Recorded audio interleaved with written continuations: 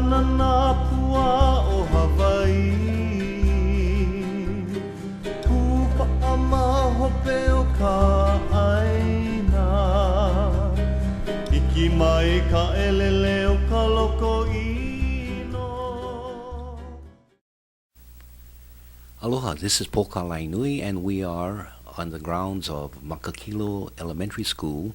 It's the 26th day of June, and what brings us together here this evening on these grounds is the hearing being held by the Department of Interior asking how or what steps should be taken to reestablish a relationship between or government-to-government relationship between the United States government and the Native Hawaiian community. There have been many testimonies, people with different opinions, and on different,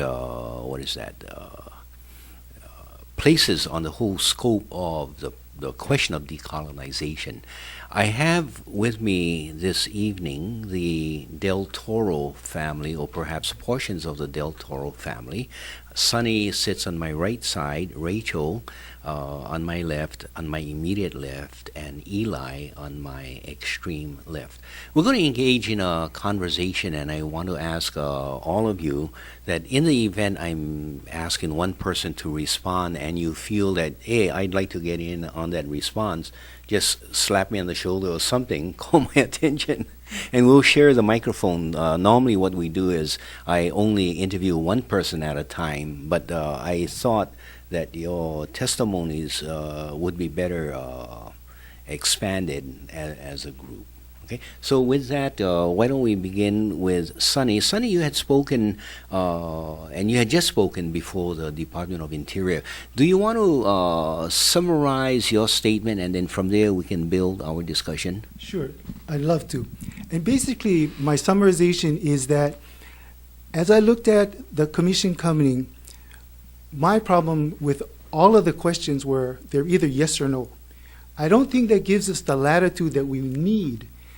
Without that latitude, then it's no sense of even talking about it. And as we've seen with most of the folks, the answer is no. And I believe the answer is no because they can't get a yes answer. Because a yes answer would mean, and we'd like this, and we'd like this. I think the commission should take that back and work that piece. The other part of my testimony was really focused for us, the Hawaiian community, because I know we're fractured.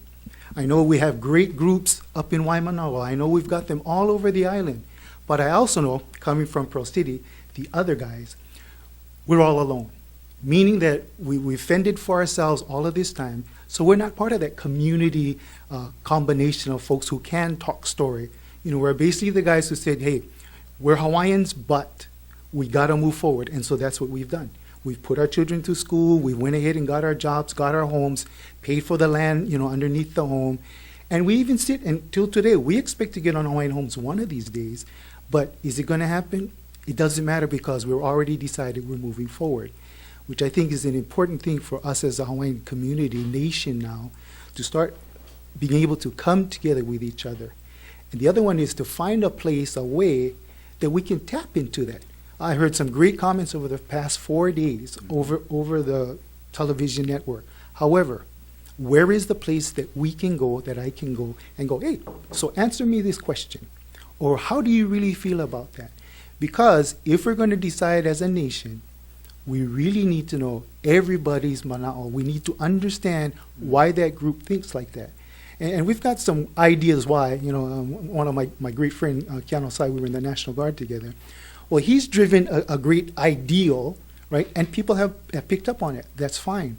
But have all of us picked up on it, and then have all of us talk back to, that's really what we want, that's kind of what we want, or, man, that is just not what we want. Because as a nation, we have to decide that. We also got to realize what are the unintended consequences once we step into this. And I think we really need to sit down and get some education, and I've heard this across the board. Yes, we need some education. What else do we need? Maybe we need some ho'oponopono amongst ourselves, you know, because there's some actions, you know, some things that happened that need to be put on the side. And then where is, or how are we really going to get the real leaders, the guys who really want to do this and take us forward? And so, to me, that's some of the stuff that I tried to encapsulize tonight.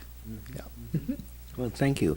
Before responding to that and getting into that discussion, I want to speak with Rachel and then with Eli about their sort of encapsulating whatever you had said. Thank you.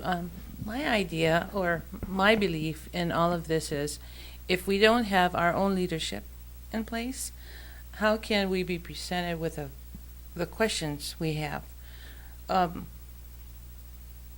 In any organization, and that's how I look at it, is you need to have that first. Even in the Department of Interior, if you look on that stage, the panel has a leader, and that leader is the one that sets the precedence for everybody. So in the nation we are trying to build, and the question that was being presented, or the questions that are being presented to us, we need somebody to guide us. We're fighting against each other because we don't trust. We have nobody to trust. We can't look to a leadership. We can't look to each other because we are all different factions. We think differently because of where or what our experiences in life has given us. So I believe that before we can even answer those questions, we need to have something in place so that we can, like my husband said, go to and have the questions answered. We can sit down and we can talk to each other so that we can go forward as one. If I can break in. Yes, go ahead. So I've had a lot of discussion with my older sons. And he said to me, Dad, if the Hawaiians were smart, they would not show up. If it's a waste of their time, if you know there's nothing you can do about it, then the right answer is, and he said it would send a better message back to America, which would be, hey, they didn't show up. Why didn't they show up? Maybe because they're a little smarter than to walk into this without any preparation. Maybe if we were to send somebody, it would be that designated leader with, here is our voice, here is our message. So it was interesting because I asked him to come in, and he staunchly said, nope, I'm not coming, Dad. And I said, okay, thank you, son, appreciate it. Yeah.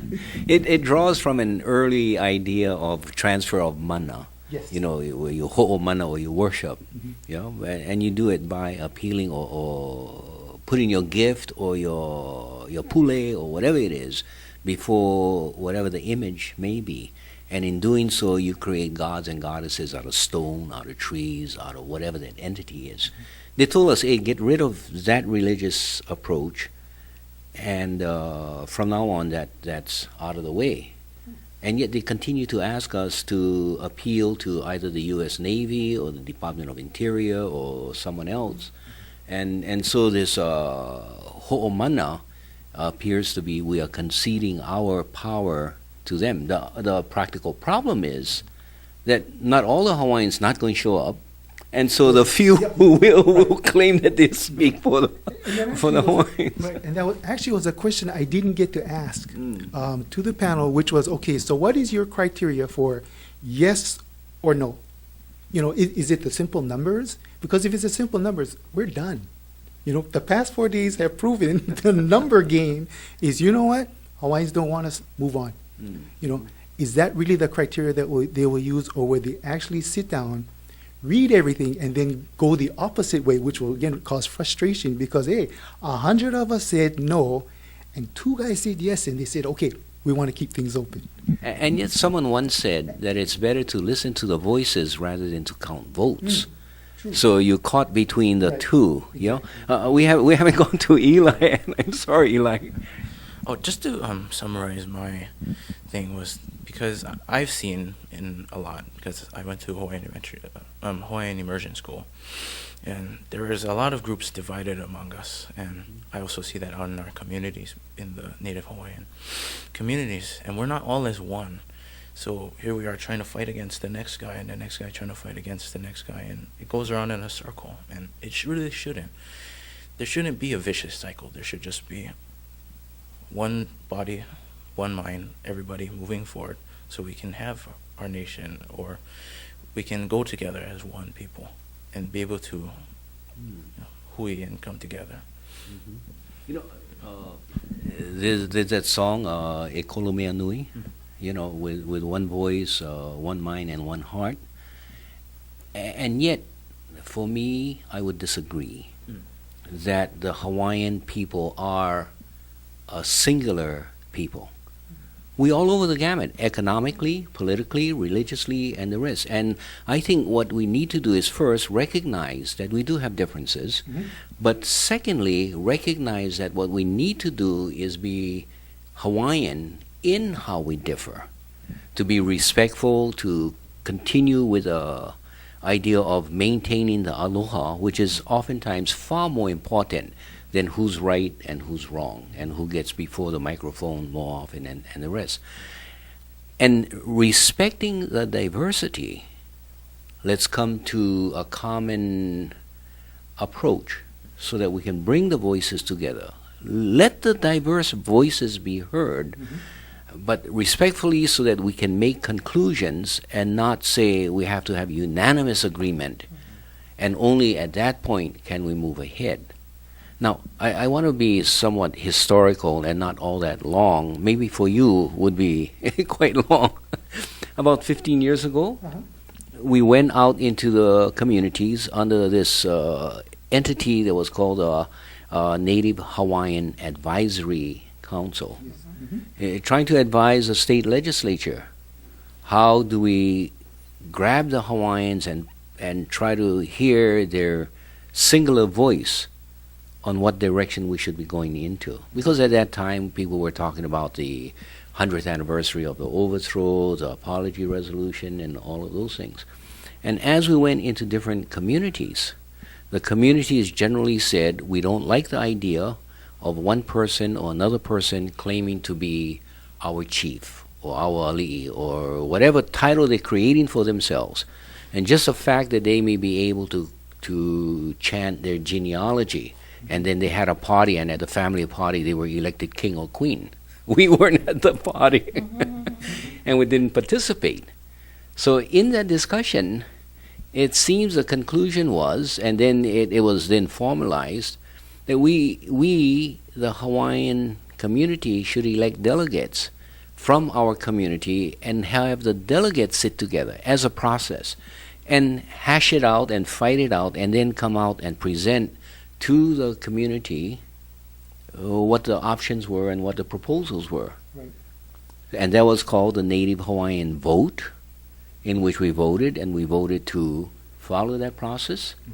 And then delegates were elected to meet in a convention, and the convention had been meeting, and they didn't come out with, but they were getting close to ending the convention with two recommendations. One was for integration within the United States, and the other was for independence from the United States. Before that convention could reach its conclusion, the state legislature withdrew funding, the Office of Hawaiian Affairs withdrew funding, and so the convention has not adjourned, what we call sine die, has not adjourned forever, but it's still hanging there in a state of limbo. And yet, even in this hearing, they don't mention the convention and the process. We spent over $2 million in that process. What they're talking about is Kanai'oluwalu, which is a new process that they're trying to create without concluding the earlier process. Are you familiar with those events? I heard you talk about that earlier, and in my mind, because even at the last Kanai'oluwalu, they had asked for questions, and one of my questions was, so who's the representative for Pearl City? And again, it was because it goes back to what you said. So where are the delegates? How do we get delegates? And if you didn't publish the delegates, which apparently they didn't because they took the funding away, which they shouldn't have. In other words, so we go back to, are you really serious about what you want to get done? Because if you are, then it would have been carried all the way through. The convention would have been closed. The money would have stayed there. The legislators immediately should have said, we can't do this. We've got to finish it. How would they like that if they went through all of their year and at the last month they said, you know what, we don't need you guys, beat it. Not a good idea, right? Not our process, which then says, so how come you can have that process, but the Hawaiians can't have that process, right? You've go back to you've got to give them that respect. They are working respectfully to get things done. You have to give them that respect. If the governor, or whoever entity, took the monies away, what does that mean? You don't respect, or you fear the process. Because that's the other thing I've learned in history is, when do people act like that? When they know they're going to lose, okay? When they know things are coming, think that change will come, and they can't work with that. So guess what? Let's move off, right? Let's go and call this dead and move on, which is fine, except that we're all still living. And so that's why my question at that Kanayavalo, because, hey, all of that time I did not want to sign up, because what's the point? Until it came to, well, wait a minute. If somebody's going to represent me, who is that? You know what? It's going to be me, because I don't know of my representative. I don't hear a guy from Pro City. I don't hear a guy from Waipahu, or a lady or a group of folks. So where am I in all of this? Well, it's time for me, the Hawaiian, to stand up and say, wait a minute. I want to be that. I have to be that, because you aren't providing that. Which was kind of fun, because, and then we had to run away because we had to go get home. But all of this process, as you say, is, are we following process or are we not? And it showed that at points we are not, and it's usually the hard points when, okay, this is decision time and it's going to be like this. So I think that's somewhere where we need to explore more and get more people to understand we cannot do this. If we're serious about becoming a nation, or even if as regular people, why should I vote for you, or shall I somehow take you out of office because I don't like you? And I've talked many times to Eli and Rachel about civil disobedience, and how sooner or later you're going to push people to do things that they should not do. But what other recourse do they have? When my leader has proven not to be trustworthy, not to be loyal, should I have that leader? And we've seen in the past, deep history, France, for instance. What do we say as a people? Time to do something else. There was an occurrence back in the, I think, 1965 or 66 in Watts, where a justice, a black justice, said, where there is no justice, there is violence. And I would continue to say that the violence shouldn't be on the shoulders of those who committed the violence, but those who continue to deny the justice. You suppress people for such a long period of time where they have no other options, then you have violence. It's not something that we have talked about very often in the Hawaiian community, but people need to recognize that conditions are being made such that there are no other options, no viable options that we see. Rachel, we haven't spoken with you on that question. Any comments? While you were talking about the Native Hawaiians being individuals, throughout the meetings that I've seen, and throughout all the rallies and the different other meetings we've attended in the community, I recognize everybody is different. And so you were talking about leadership. My husband was also mentioning it, where there should be a representative. But how I look at that is, why can't we move forward with that idea? But for every family, we have a representative. And unless there is a number that we have to keep as far as the amount of people that we can send to represent us in an advisory council or in a conference, then why can't we send a representative from our household? My reason behind that is because we know each other. We know what we want. So can we all get together and come to a consensus in the end?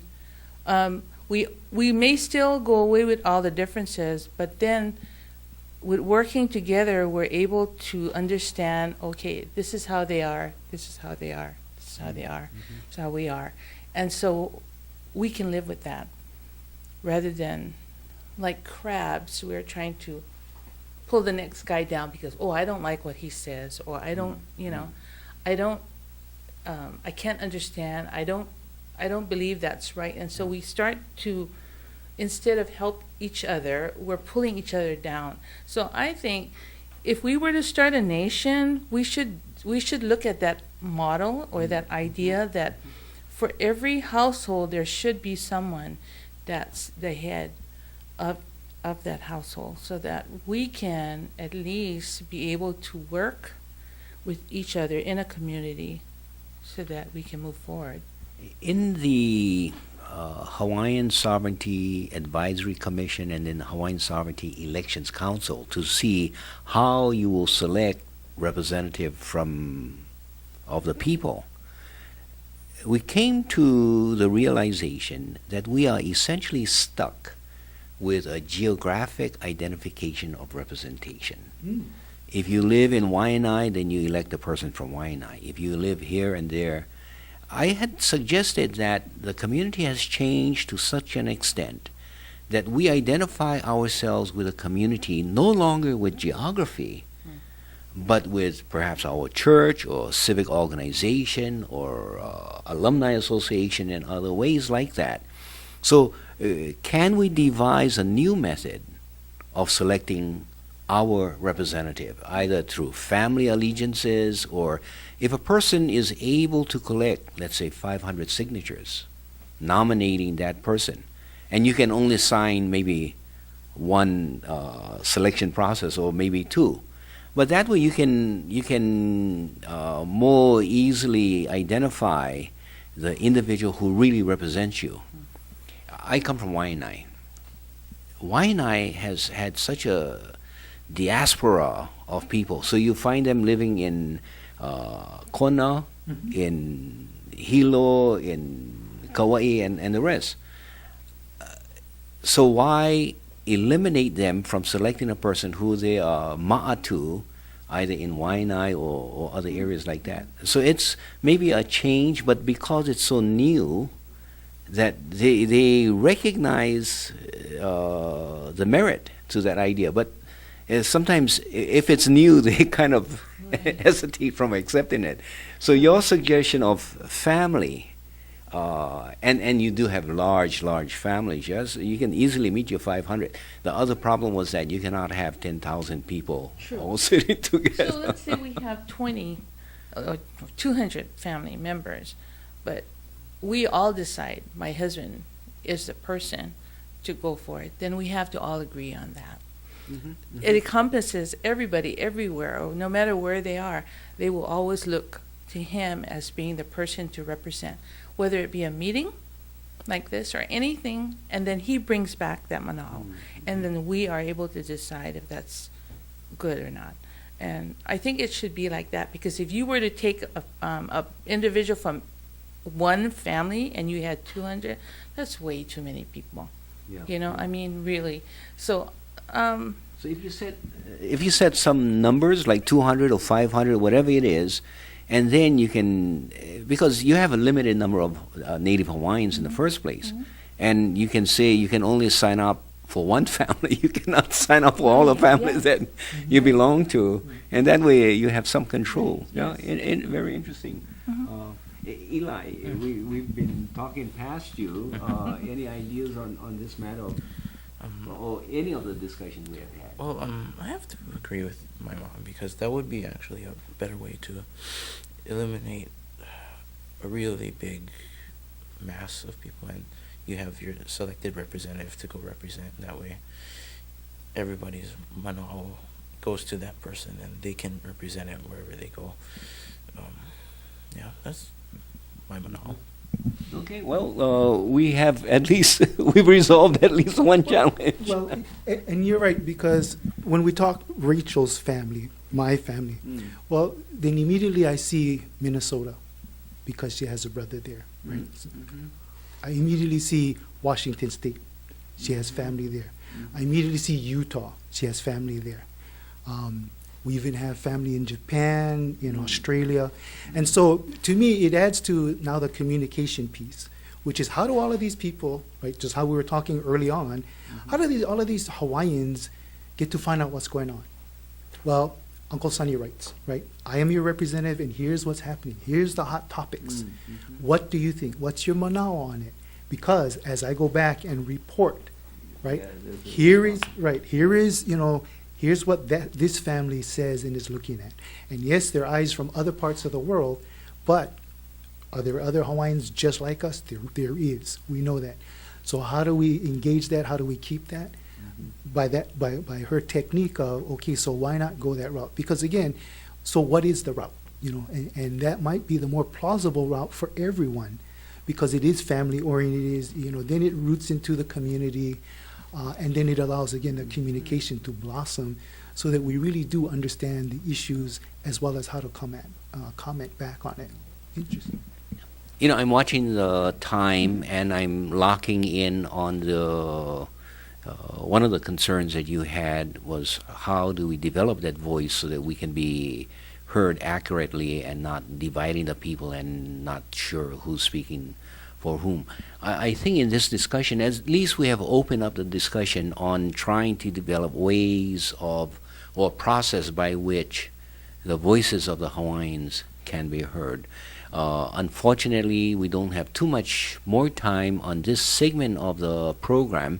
I want to continue, if you folks have time, into another segment that will look into the question that has not really been addressed at these hearings, and that is that in terms of federal recognition, if we are federally recognized, does that mean that the Hawaiian quest for independence is therefore lost? Or is it the case that domestic law cannot override international rights, and our international right to independence continues to persist, notwithstanding what the domestic laws of the United States may say? So we'll get into that. If you can think about that. And to our audience, I want to thank you very much for joining us and participating, at least in the sense of being an audience and sharing the thoughts with you as we have shared it here. And this is Poka Lainui. Mahalo and aloha a hui ho.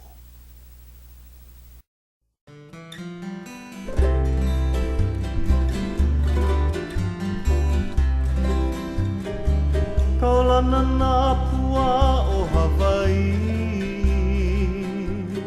Kupa'a mahope o ka aina, Iki mai ka elele o ka loko i